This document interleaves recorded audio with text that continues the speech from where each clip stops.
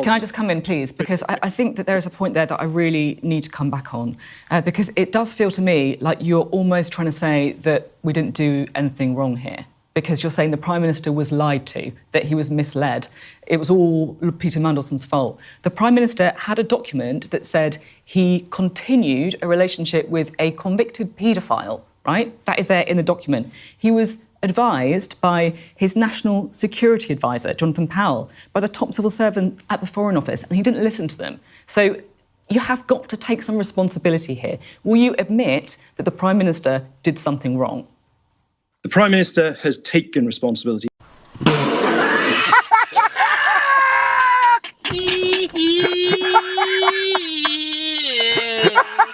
Oh, chest, I can't breathe. For this, the Prime Minister has accepted like that he made a mistake in appointing Lord Mandelson. Most importantly, the Prime Minister has apologised about this decision to Jeffrey Epstein's victims, who have to be re-traumatised and go through the memory of their terrible experiences every time we have a public debate around this. So the Prime Minister has taken responsibility. There's no doubt about that. And that is also one of the reasons why we are now looking... What exactly has he apologised for? What has he taken responsibility for?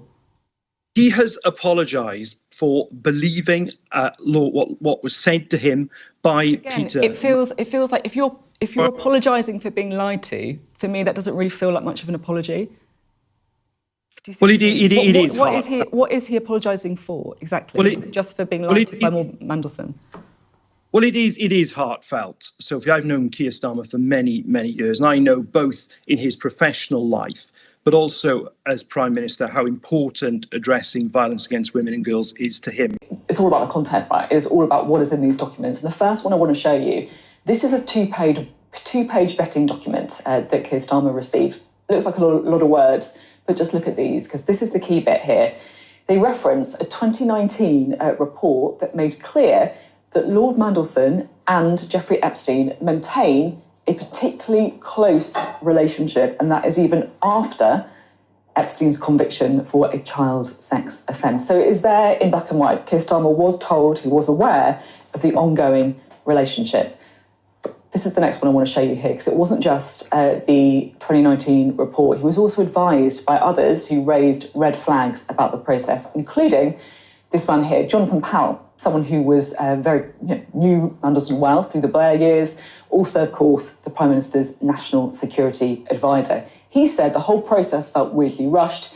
He also raised concerns about the individual and reputation as well to Morgan McSweeney. So there you have the Prime Minister's national security advisor, Jonathan Powell, raising multiple red flags. It does say in Peter Mandelson's contract, which we can now all read online, that he wouldn't be due any severance payment if he was dismissed. So actually the amount he was due was zero. And so I think that there's a kind of an obvious case to be made here that £75,000 was not a bargain. And for a lot of people watching, that is an awful lot of money.